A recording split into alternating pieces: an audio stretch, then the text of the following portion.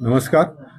मी नवी मुंबईतील नागरिकांना आपल्या मार्फत एक आवाहन करतो की आपण पाऊस लांबल्यामुळे पहिले नवी मुंबई महानगरपालिकेने यापूर्वी 10% कपात केली होती, परंतु आणखीन काही उपाययोजना करण्याचं आपण निश्चित केलंय. कारण पाऊस अजूनही आलेला नाही आणि 31 ऑगस्टपर्यंत पिण्याचं पाणी पुरलं पाहिजे या अपेक्षाने ह्या सगळ्या उपाययोजना केल्या. त्यामध्ये मी सर्वप्रथम नागरिकांना आवाहन करतो की पिण्याच्या पाण्याचा आपण योग्य पद्धतीने वापर करावा. कुठेही पाण्याचा गैरवापर होणार नाही. पिण्याव्यतिरिक्त कामासाठी विशेषतः आपण गाड्या धुण्यासाठी, गार्डनसाठी हे जे पाणी वापरलं जातं ते बंद करावं सर्व हाऊसिंग सोसायटींनी. त्याच्याशिवाय जलतरण तलावांसाठी वापरलेलं पाणी ते बंद करण्यात यावं. आणखीन आपण जो बांधकामासाठी देणारं जे पाणी आहे, बांधकामासाठी कुठेही आपण आता पिण्याच्या पाण्याची योजना म्हणजे दिलं जाणार नाही. तिथून त्यांना प्रक्रियाकृत केलेलं पाणीच वापरलं पाहिजे.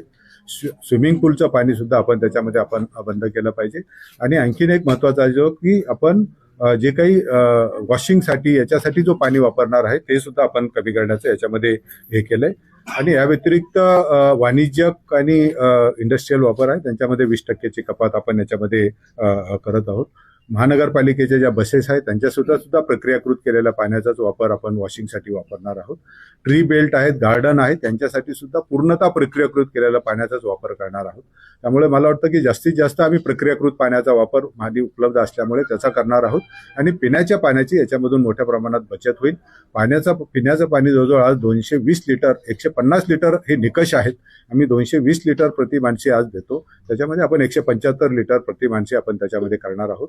मला वाटतं की निश्चितपणे याच्यामधून आपल्याला 31 ऑगस्ट पर्यंत पुरेल एवढ्या पाण्याची बचत निश्चित याच्यातून होणार आहे. सर, एमआयडीसी एरियाला आपण पाण्याची कपात कशी करणार आहोत? डाटा सेंटरला आपल्याकडनं जवळपास पाणी जात असतं, ते कशा प्रकारे कमी केलेलं आहे? कारण त्यांना शुद्ध पिण्याचं पाणी जात असतं. डेटा सेंटरला आपण शुद्ध पिण्याचं पाणी महानगरपालिका पुरवठा करत नाही.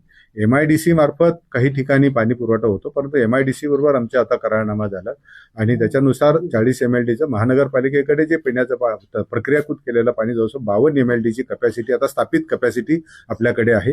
याच्यापैकी आता जवळजवळ 15 MLD पाणी हे आपण इंडस्ट्रीच्या कारणासाठी वापरतोय.